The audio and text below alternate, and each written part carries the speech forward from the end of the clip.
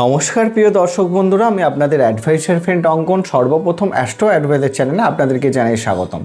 আজকে আমি হাজির হয়েছি 2026 সালের কর্কট লগ্ন ও কর্কট রাশির বর্ষফল সম্পর্কে আলোচনা করার জন্য। কর্কট লগ্ন কর্কট রাশির সাপেক্ষে এই বছরটা কিন্তু খুবই গুরুত্বপূর্ণ একটি বছর।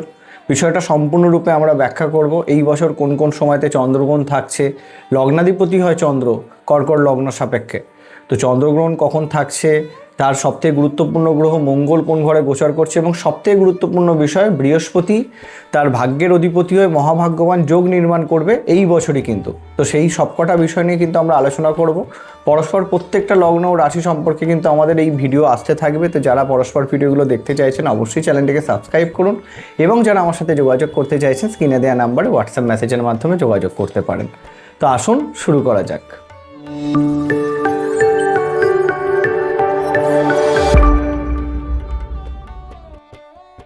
তো সংখ্যাতত্ত্বের বিচারে আমরা প্রত্যেকেই জানি যে 2026 হচ্ছে সূর্যের বছর। সূর্য হচ্ছে চন্দ্রের পরম মিত্র হিসাবেই তাকে ধরা হয়ে থাকে, এবং সূর্যের সিংহ রাশি কিন্তু কর্কট লগ্ন বা কর্কট রাশির সাপেক্ষে দ্বিতীয় ঘরকে প্রতিনিধিত্ব করে, বা দ্বিতীয় ঘরের অধিপতি হয়ে থাকে সূর্য। দ্বিতীয় ঘর অর্থাৎ আমাদের ফ্যামিলি, আমাদের ধনসম্পত্তি এবং আমাদের কথা বলার ধরন বা আমাদের বাণী। তো সেই হিসাবে সূর্য এই বছর কর্কট লগ্ন কর্কট রাশিকে কীভাবে কতটা কোন কোন দিক থেকে হেল্প করবে সেই বিষয়টা নিয়ে আমাদের আলোচনা হবে। এবং তার সাথে আমি বলেই দিয়েছি গোচর ফল আমরা কিভাবে দেখব, এবং গোচর ফল থেকে আমরা কি পাবো কর্কট লগ্ন কর্কট রাশির সাপেক্ষে সেই বিষয়টা নিয়েও আলোচনা হবে। তো তার জন্য আমাদেরকে স্ক্রিনে আসতে হবে। তো স্ক্রিনে আসুন। প্রথমেই আমরা যেটা দেখতে পাচ্ছি, এটি একটি কর্কট লগ্নের জন্মছক। যাদের কর্কট লগ্ন কর্কট রাশি তাদের দুজনের ক্ষেত্রে এই ভিডিওটা সমানভাবে প্রযোজ্য। যাদের লগ্ন হবে তারাও দেখুন, যাদের রাশি হবে তারাও দেখতে পারেন। তখন প্রথম বিষয় হচ্ছে আমরা প্রথমে আলোচনা করে নেব যে কী ইভেন্ট এই বছর ঘটতে পারে। প্রথমত দেখুন, আমি কোন কোন সময়টাতে আপনাদেরকে সাবধানে থাকতে বলবো। এই বছর কিন্তু আপাতত ক্ষেত্রে দুটো চন্দ্রগ্রহণ দেখা যাচ্ছে। একটা বলতে পারেন ইন্ডিয়া থেকে দেখা যাবে, একটা দেখা যাবে না। প্রথম চন্দ্রগ্রহণটা থাকবে কিন্তু 3রা মার্চ, এবং তার পরবর্তীটা থাকবে কিন্তু 28শে আগস্ট। তো এই পার্টিকুলার দুটো দিন আপনাদের লগ্নাধিপতি চন্দ্র কিন্তু চন্দ্রগ্রহণের মধ্যে যাবে। তো এই দুটো সময় কিন্তু আপনাদেরকে খুব সাবধানতা অবলম্বন করে চলতে হবে। এর আগের দিন এবং পরের দিন, মানে ধরুন 2রা মার্চ, 3রা মার্চ এবং 4ঠা মার্চ, তার সাথে সাথে ধরে নিন 26শে আগস্ট, 27শে আগস্ট, 28শে আগস্ট এবং 29, তারপরে 30শে আগস্ট। মানে পরপর আগের দুদিন, পরের দুদিন, বা আগের একদিন, পরের একদিন কিন্তু আপনাদেরকে সাবধানতা অবলম্বন করতেই হবে। এটা মাথায় রেখে চলবেন। এছাড়া যে ইভেন্টটা আসবে সেই বিষয়গুলো নিয়ে আমরা আলোচনা করব পরস্পর। আমি যখন জন্মছক থেকে আপনাদেরকে বুঝিয়ে আমি বলে দিচ্ছি। তো প্রথম বিষয় যেটা আমরা দেখব, যে এখানে কর্কট লগ্ন কর্কট রাশি সাপেক্ষে সর্বোচ্চ রাজ্যকারী গ্রহ হয় কে? বৃহস্পতি। কেন? নবম ঘরের অধিপতি হয়। নবম ঘর অর্থাৎ ভাগ্যের ঘর, এবং ষষ্ঠ ঘর রোগ ঋণ রিপিরও অধিপতি হয়। তো আমরা যেহেতু একটা ত্রিকোণের অধিপতি বৃহস্পতিকে এই বছর ম্যাক্সিমাম সময়টাই লগ্নে গোচরে দেখতে পাবো। তো সেই দিক থেকে খুব ভালো একটা ফলাফল আমরা আশা করতে পারি। মহাভাগ্যবান রাজ্য কিন্তু নির্মাণ হবে কর্কট রাশিতেই। কর্কট লগ্ন এবং কর্কট রাশির মানুষের জন্য কিন্তু সময়টা খুব ভালো যাবে। কখন যাবে? প্রথম বিষয় হচ্ছে, এখন বর্তমানে আমরা দেখতে পাচ্ছি বৃহস্পতি দ্বাদশ স্থানে গোচর করছে। তো দ্বাদশ স্থানে গোচরের জন্য যে বৃহস্পতি ভীষণ নেগেটিভ ফলাফল দিচ্ছে সেটা কিন্তু নয়।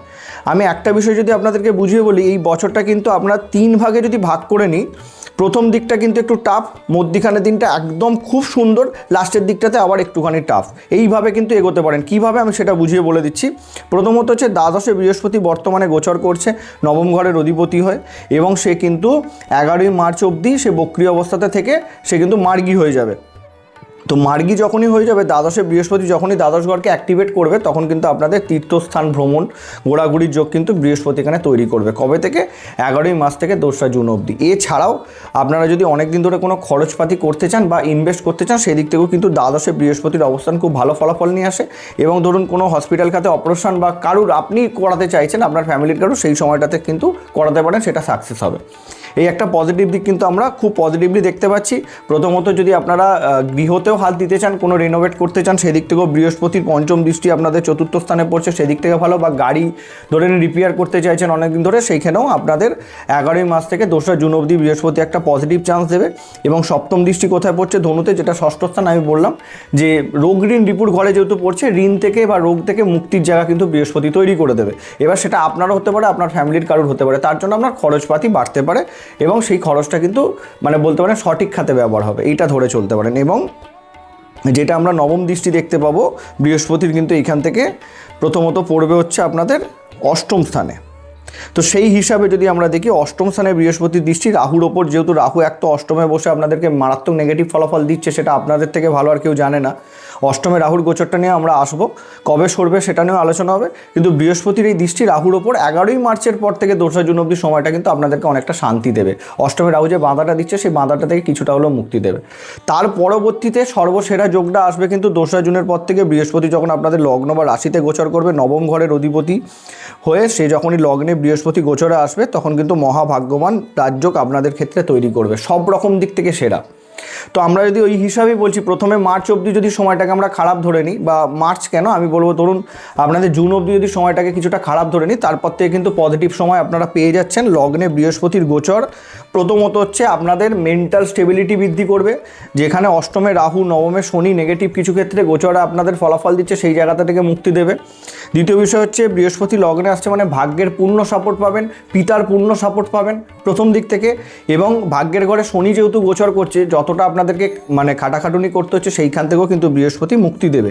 এবং বৃহস্পতি লগ্নে এসে আপনাদেরকে বলতে পারেন সঠিক মানুষের সাথে যেটা আপনারা আশা করেন, সঠিক মানুষের সাথে পরিচয় ঘটাবে, সঠিক গুরুরও সান্নিধ্য নিয়ে আসতে পারে, এবং তার সাথে সব রকম দিক থেকে পজিটিভ ফলাফল কিন্তু বৃহস্পতি লগ্নে এসে নিয়ে আসবে। কেননা প্রথমত পঞ্চম দৃষ্টি আমরা পঞ্চমে পাবো, এডুকেশনের জন্য সর্ববেস্ট, সন্তান যারা প্ল্যানিং করছেন তাদের জন্য সর্ববেস্ট, এবং তার সাথে প্রেম সম্পর্কে যারা জড়াতে চাইছেন তাদের জন্য কিন্তু সম্পূর্ণ বেস্ট। এবং সপ্তম দৃষ্টি কোথায় দেবে? আপনাদের সপ্তম স্থানে বিবাহের জন্য সর্বসেরা সময় কিন্তু বৃহস্পতিদেব তৈরি করতে চলেছে, নবম ঘরের অধিপতি সপ্তমে দৃষ্টির মাধ্যমে। এবং যদি আপনারা বিজনেস করতে চান, পার্টনারশিপ বিজনেস বা যে কোনো বিজনেস, তার জন্য কিন্তু খুব ভালো সময় বৃহস্পতিদেব নিয়ে আসবে। 2রা জুন থেকে কিন্তু 31শে অক্টোবর অবধি সময়টা বৃহস্পতি পূর্ণ সাপোর্ট আপনাদেরকে দেবে। এবং এইখান থেকেও আমরা যেটা দেখতে পাবো, নবম দৃষ্টি কিন্তু এখানে পড়বে নবম স্থানে, যেখানে অলরেডি তার নিজের ঘর শনি গোচর করছে। তাহলে অতএব ধর্মের সাথে আপনার পরিচয় হবে, ধার্মিক হবেন, পিতার সাথে সুসম্পর্ক বজায় থাকবে, এবং ভাগ্যের সাপোর্টও কিন্তু আপনারা পূর্ণরূপে পাবেন। এবং যেহেতু ধরে নিন শনির ওপর মানে সপ্তম ঘরের অধিপতির ওপরও দৃষ্টিটা পড়ছে, অতএব বিজনেস করার জন্য এবং বিবাহ করার জন্য সর্বসেরা সময় আপনারা চোখ বুজে করতে পারেন। আপ টু 31শে অক্টোবর অবধি আপনাদের বিবাহযোগের জন্য সবথেকে সেরা। যারা পার্টনার খুঁজছেন তাদের জন্য কিন্তু ভালো বা সঠিক পার্টনার পেয়ে যাওয়ার 100% চান্স কিন্তু থাকছে। এরপরে যে গোচরটা নিয়ে আমরা আলোচনা করব, বৃহস্পতি থেকে পূর্ণ পজিটিভ আমরা পেয়ে গেলাম। এরপরে আমরা আলোচনা করব শনিকে নিয়ে।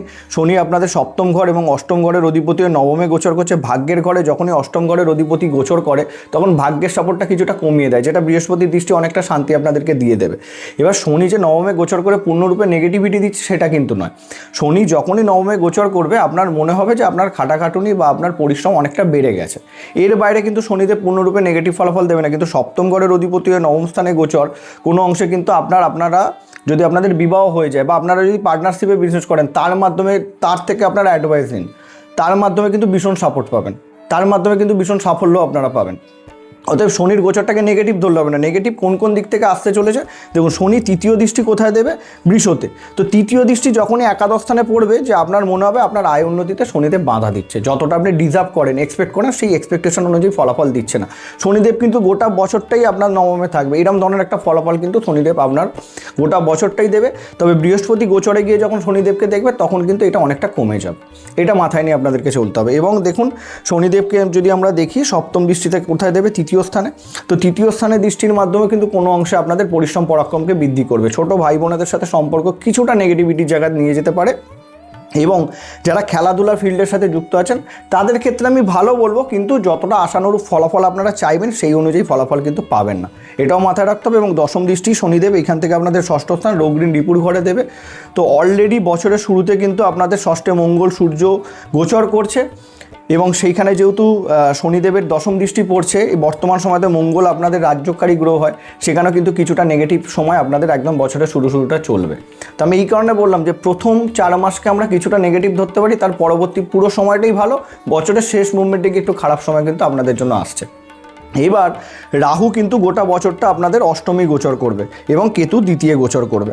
তাহলে এখন বিষয়টা হচ্ছে কেতু দ্বিতীয় গোচর করবে মানেই আপনাদের একটা প্রবলেমের জায়গা কিন্তু আসবে, সেক্ষেত্রে আপনাদের ফ্যামিলি বা আপনাদের পরিবার পরিজনদের সাথে কিন্তু সমস্যার জায়গা কেতু এখানে তৈরি করবে। এটা অলরেডি চলছে, এটা কিন্তু কিছুটা আরও চলবে, মার্চ মাস অবধি বলবো বেশি চলবে, মার্চের পর থেকে হালকা হালকা কাটতে থাকবে।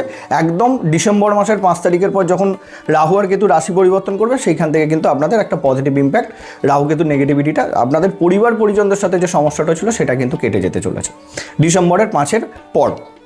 এবং কেতু যেহেতু দ্বিতীয় গোচর করছে, কোনো সম্পত্তি রিলেটেড কোর্ট কাছারি যদি হয়ে থাকে তাহলে সেই ক্ষেত্রে কিন্তু কিছুটা প্রবলেম দিতে পারে। প্রবলেম বলতে কি, দেখুন কোর্ট যখনই কোর্ট কেস কাছারি হবে সেই জায়গাতে একটা বিষয় কি, কেতু আমরা ভাবি যে কেতু সেখান থেকে মুক্তি দিয়ে দেয়, বাঁচিয়ে দিয়ে দেয়। অ্যাকচুয়াল বিষয়টা আমার যতটুকু মনে হয় দ্বিতীয় কেতুর গোচর এখানে আপনাদেরকে সেটেল করতে হেল্প করবে, কিন্তু সেখানে আপনাদের লস যেতে পারে। তো খুব চিন্তা ভাবনা করে সেটেলমেন্টের দিকে যাবেন যদি জায়গা জমি সংক্রান্ত কোনো বিষয় নিয়ে কোর্ট কেসে এখন এই মুহূর্তে দাঁড়িয়ে জড়িয়ে থাকেন। এইটা একটা বিষয় যাচ্ছে। এবং অষ্টমে রাহুর গোচর মানে বুঝতে পারছেন অষ্টম ঘর কিসের ঘর হয়, আমাদের আয়ুর ঘর হয়, আমাদের গুপ্ত বিদ্যার ঘর হয়, আমাদের সিক্স সেন্সের ঘর হয়, এবং যা কিছু হঠাৎ পরিবর্তন সেটার ঘরে কিন্তু রাহু অষ্টম ঘর হয়। তো সেই ঘরে যখনই রাহু গোচর করছে আকস্মিক পরিবর্তন আপনাদের সাথে গোটা বছরটাই ঘটছে, এবং সেটা কিন্তু ডিসেম্বর মাস অবধি ঘটবে এবং মার্চ মাস অবধি সব থেকে বেশি করে। কেন, বৃহস্পতির সাপোর্টটা কিছুটা পাবেন, কিন্তু পরবর্তীতে যখন লগ্নে আসবে তখন আপনারা স্ট্রং হয়ে যাবেন। তো এই দিক থেকে আমি বলবো অষ্টমে রাহুর গোচর খুব চিন্তা ভাবনা করে পদক্ষেপ নিতে হবে। যে কোনো ক্ষেত্রে ডিসিশন নেওয়ার ক্ষেত্রে আপনারা একটু অপেক্ষা করে যান, বৃহস্পতি লগ্নে আসার পর নেবেন, না হলে এই মুহূর্তে দাঁড়িয়ে আমি কোনো ভাইটাল ডিসিশন আপনাদেরকে নিতে বলবো না, এটা মাথার মধ্যে থাকুক। এছাড়া আমরা সেরকম কিছু নেগেটিভিটি দেখছি না। এবার আপনাদেরকে দেখে নিতে হবে যে 14ই এপ্রিল থেকে 14ই মে অবধি সূর্য যার বছর এটা, সে কিন্তু আপনার দশম স্থানে উচ্চ থাকবে। এই পার্টিকুলার সময়টাতে আপনাদেরকে কিন্তু সর্বোচ্চ রূপে চেষ্টা করতে হবে এপ্রিল থেকে মে মাস অবধি, যারা ধরে নিন সরকারি কর্মের সাথে ট্রাই করছেন, যুক্ত হতে চাইছেন, বা রাজনীতির সাথে যুক্ত আছেন, বা কোনো রকম অ্যাডমিনিস্ট্রেটিভ ফিল্ডের সাথে যুক্ত আছেন, সেখানে কিন্তু খুব পজিটিভ গ্রোথ পাওয়ার একটা জোরালো সম্ভাবনা সূর্য কিন্তু আপনাদের জন্য নিয়ে আসতে চলছে আপনাদের কর্মের ঘরে অবস্থান করে। গোটা মাসটা থাকবে, তার পরবর্তী মাসেও কিন্তু একাদশে গোচর করে আপনাদেরকে সাফল্য দেবে সূর্যদেব। অতএব আপনারা পরপর দুটো মাস মানে এপ্রিলের 14 থেকে মোটামুটি ধরে নিন জুন অবধি এখানে সূর্যদেব আপনাদের কর্মের ক্ষেত্রে যথেষ্ট সাপোর্ট কিন্তু দিতে চলেছে।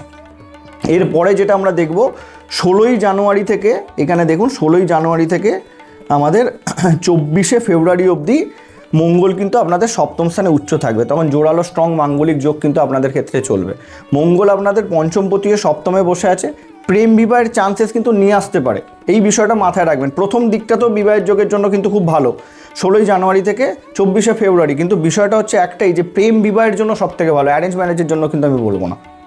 এবং পঞ্চমের সপ্তম কানেকশান, সপ্তম গোচর, এই একটা বিষয় কি ঝুট ঝামেলা অশান্তির মধ্যে সম্পর্ক কিন্তু তৈরি হওয়ার একটা চান্সেস থাকবে, বা নতুন করে প্রেম সম্পর্কেও আপনারা জড়াতে পারেন। আর যারা ধরুন বিবাহিত জীবনের সাথে আছেন বা যারা বিবাহিত, তাদের ক্ষেত্রে কিন্তু অন্য সম্পর্কে জড়িয়ে পড়বার সম্ভাবনা জোরালো রকমভাবে আসতে পারে। কোন সময়টাতে? 16ই জানুয়ারি থেকে 24শে ফেব্রুয়ারি। তো অতএব এই সময়টা নিজেদেরকে কন্ট্রোলে রাখার চেষ্টা করুন কর্কট লগ্ন কর্কট রাশির মানুষরা। এবং দাম্পত্য জীবনের সমস্যা কিন্তু মঙ্গল কিছু অংশে নিয়ে চলে আসতে পারে, বা আপনার পার্টনারের হেলথ নিয়ে কিছুটা সমস্যার জায়গা নিয়ে আসতে পারে। এবং তার পরবর্তীতেও মঙ্গল কিন্তু অষ্টমে গোচর করবে, রাহুকে নিয়ে গোচর করবে। তো পার্টিকুলারলি আমরা যদি দেখে নিই 24শে ফেব্রুয়ারির পর থেকে টানা 45 দিন সময়টাও কিন্তু আপনাদেরকে ভীষণ সাবধানে থাকতে হবে। এই সময়টাতে কিন্তু অ্যাক্সিডেন্টাল যোগ চলবে।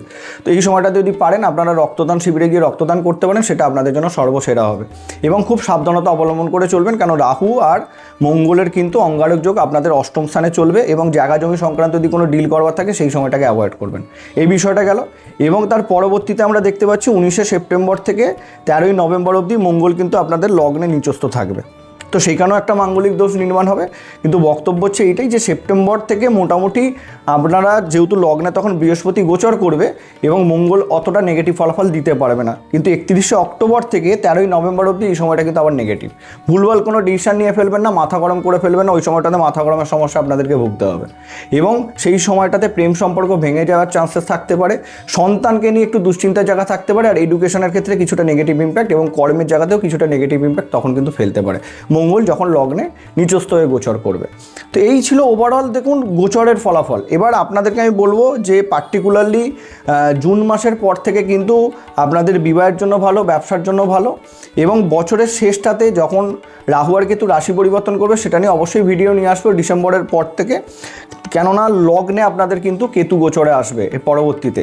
তো সেক্ষেত্রেও একটা সমস্যার জায়গা কিন্তু আমরা দেখতে পাচ্ছি। তো সেই বিষয়গুলো নিয়ে আরও ডিসকাসে আলোচনা হবে।